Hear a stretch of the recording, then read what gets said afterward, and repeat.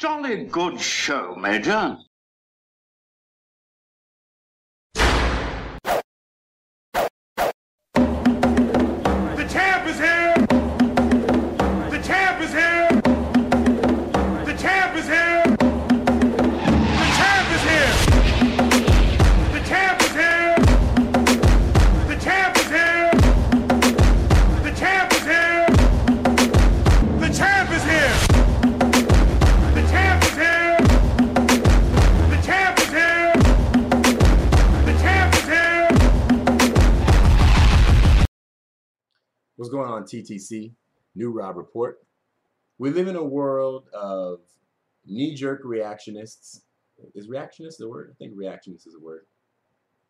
Yes, reactionist is a word. We live in a world of knee-jerk reactionists. And just as knee-jerk reactionists do, after the Week 2 loss, Seattle's Week 2 loss to the San Diego Chargers, immediately the Seattle Seahawks are no longer, the cream of the crop. We're no longer the best team in the NFL. The LOB is no longer the LOB. Richard Sherman is not a shutdown corner, and all this other crazy stuff. It's laughable. It's absolutely redonkulous. Look, it wasn't like we were going to go undefeated. No one was expecting Seattle to go 16-0. We had to lose one. What does it matter whether we lose one now or lose one later? It's not like the San Diego Chargers are a horrible team. Okay, most people are generally a little bit surprised at how bad the Chargers play. Most people know the Chargers typically do play good against good teams. They find a way to do things like that.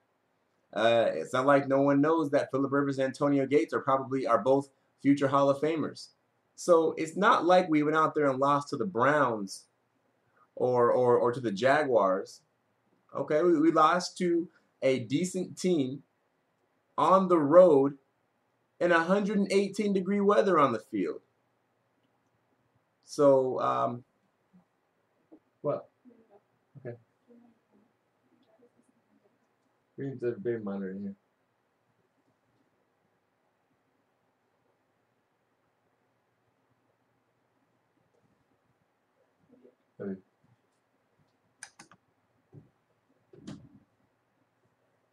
Women. Now, I'm not going to suggest that the heat was the main reason that Seattle lost that game. Obviously not. Both teams had to play in it. But there is something to be said for a team that comes from a climate unlike that to play in that kind of heat. There's something to be said. I mean, bottom line, look, you can get mad at me all you want to about me talking about the weather. 120 degrees is too hot to play football. Okay? And the bottom line is the Chargers play in that fucking weather in the early parts of their season every year. So whatever. And really it hasn't so much to do with the weather, but it did play a role. We had 3-4 guys had to leave the game with cramps. They were dehydrated. Whatever. Maybe it was poor preparation. Who knows whatever you want to call it. It happened. The real story of the game is San Diego came out and they played a very, very sound football game. They came out with a game plan and executed it perfectly. Seattle got revisited by the missed tackle bug. That didn't help us. But really, 49ers. The Chargers came out and they did really good on first and second down. Now the stats going to show that they did well on third down, but more importantly than the third down percentages that they had in that game, the first and second down productivity is really what told the story. Because on first and second down, they were making gains to set them up with third and shorts a majority of the time. So their first and second down plays over and over again were setting them up with third and shorts, and then they were just running that draw to Woodhead or that quick screen to Woodhead or whatever they were doing, and they were just picking up first downs. They were sustaining drives. They kept our defense on the field for almost 42 and a half minutes. You can't win football games like that. You just can't. What I will say is it is a testament to Seattle's resolve. Okay, if you can find the good, the silver lining in a cloud, okay, if you can find the goodness of a loss, we had the ball for what? Versus their 42. And we still, okay, had a chance to win the game. 42 and change to 17 and change, time of possession. We still were only down by 6 with 3 minutes to go. You can't ask for a better situation than that. We still had a shot to go right down the field and win the game. And it wasn't a far-fetched thought, because every single time that we went down and scored, we went boom, boom, boom, right down the field and scored. Now, I know, don't talk to me about the Percy Harvin run, so he stepped out, whatever. Missed call, it happens. They can't say it was home field advantage. Missed call, it happens. But I'm going to go ahead and say we would have scored in that drive anyway. But Seattle's offense ran well, and that was outside of the game plan.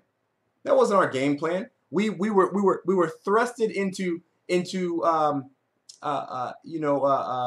2-minute type situations because of the way the Chargers played, and we succeeded with it. We succeeded outside of our game plan even. So that definitely is a testament to the Seahawks' resolve and how to stick into a close game in adverse conditions and all that good stuff. Down by 6 with 3 minutes to go with the ball in our hands, you can't ask for a better situation than that. Tell you what, the play that saved the Chargers is on that. Well, 2 plays. I mentioned this in my last video. Bruce Irvin pushing Philip Rivers out of bounds late was 1, sustained the drive for him because it was going to be 4th down and 6, something like that. And then Sharice Wright catching Percy Harvin on that jet sweep. Doug Baldwin completely, I think it was Baldwin, whiffed completely on a block. And Sharice Wright made the tackle in the backfield, loss of 6. That screwed us. That screwed us. Because he had blockers past Sharice Wright. Percy, he can make moves. Percy would, at the very least, got a positive gain and set us up to get the first down and keep the drive going. But didn't work out that way. But knee-jerk reactions. I mean, Keenan Allen is talking out of his ass about how Richard Sherman is just a regular guy. Well, yeah, Richard Sherman is just a regular guy. He's a regular guy. He's a human. He puts his football pants on one leg at a time, just like all the other 52 players on our team. And every other team, they all they all lace their cleats up one at a time. The only difference is that when Richard Sherman laces his cleats up, he goes out on the field and makes an impact on the game worthy of first-team All-Pro. Okay? He goes out and puts up first-team All-Pro numbers. That's the difference. Now, what I'll say is this. I appreciate all of the negative comments that are coming about the defense now, particularly to Richard Sherman, just because Keenan Allen caught 3 insignificant passes against him. Philip Rivers was, a total of like 4 for 6 or 5 for 7 or something like that, thrown to Sherman's side. None of them very significant plays. The touchdown passes were not on Richard Sherman. I think there was one 13-yard pass he caught again. Keenan Allen got him for 13 yards one time. Caught a couple of slants against him. And the world's making out like, oh, Richard Sherman is a farce, a fake, a phony. Give me a fucking break. What it really tells, the story it's really telling is this. It really tells us how good the world really thinks Seattle is. Okay? Because the only way that Seattle can escape scrutiny is if we go out and completely dominate. And when I say dominate, I'm talking Super Bowl domination. The only way we can escape scrutiny is if we pulverize people.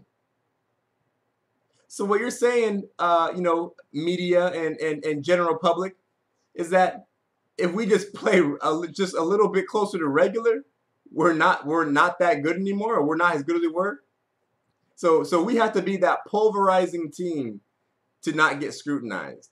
Hey, that's a testament to us. That just shows you how good we really are. Because you expect us to be completely and totally lights out, pulverizing defense every single time we go out in the field. Why? Because we've done that for the most part. So really what you're saying when you talk all this trash about how good we may actually not be, really what you're saying is exactly how good we are, how good we have been.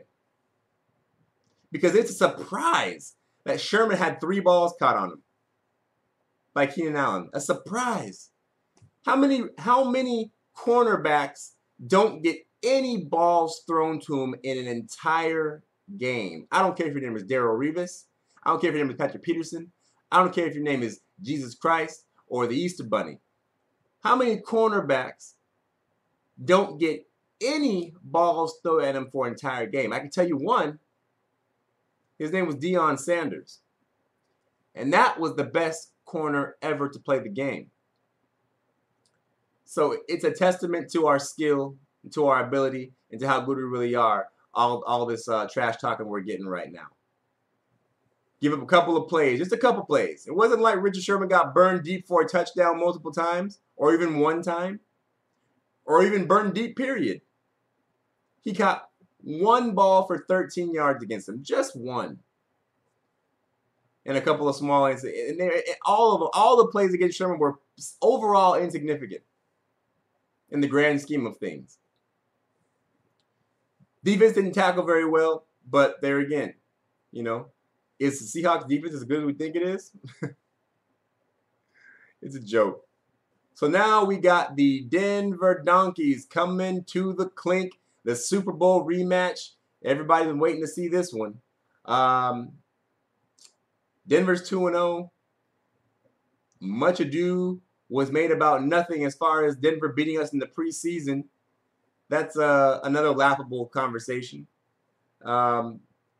One Denver columnist actually wrote in a Denver newspaper that they showed that, if nothing else, they showed that the Super Bowl whooping we gave them may have just been a fluke because they beat us in the preseason.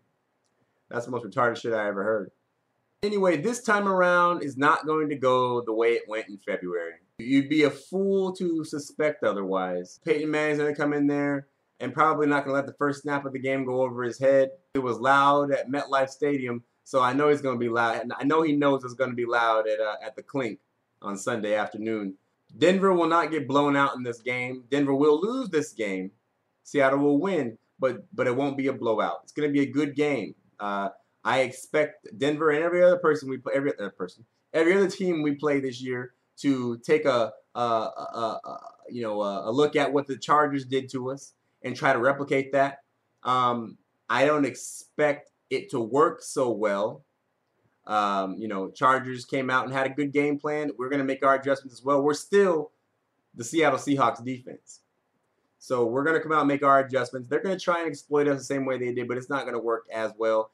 We can shut Julius Thomas down. Linebacker play is going to have to be better. Tackling is going to have to be better. But at the Clink, you can pretty much just lock it down, right? We give teams 21-point head starts and come back and win at the Clink. So you can pretty much lock this down. Seattle will win this game. We'll wait to see what's going on with Marshawn Lynch. Apparently his back is tightening up again on him, but I think he's going to be okay. Fundamentals were just what we were missing last week, and I had a lot to do with the Heat. Bottom line, we'll be back into Seahawk form on Sunday. The Broncos, Wes. I like to get high Welker. What do they call him? Molly Welker. He's gonna be playing, I guess. They got old boy Emmanuel Sanders. He's making a difference. But I think we'll be able to handle that. I think we'll do a lot of the same things we did against them in the Super Bowl. Put pressure on Peyton Manning. We already know that works. So as long as we can get pressure on Peyton, I think it'll seem similar, especially with the 12th man behind us. It's gonna be good. It's gonna be big. So everybody calm down. The Seahawks are not going anywhere. Seahawks fell to number 7 in the power rankings. I know the power rankings don't really mean shit. They don't mean shit at all. But Seattle fell to number 7 in the power rankings. Denver's at number 1. So when we beat number 1 on Sunday, I'm sure it'll even out to where it's supposed to be. Anyway, that's all I got. I'll see if anything else pops up between now and Sunday, and I'll make another video. If not, go Hawks. Fuck the 49ers.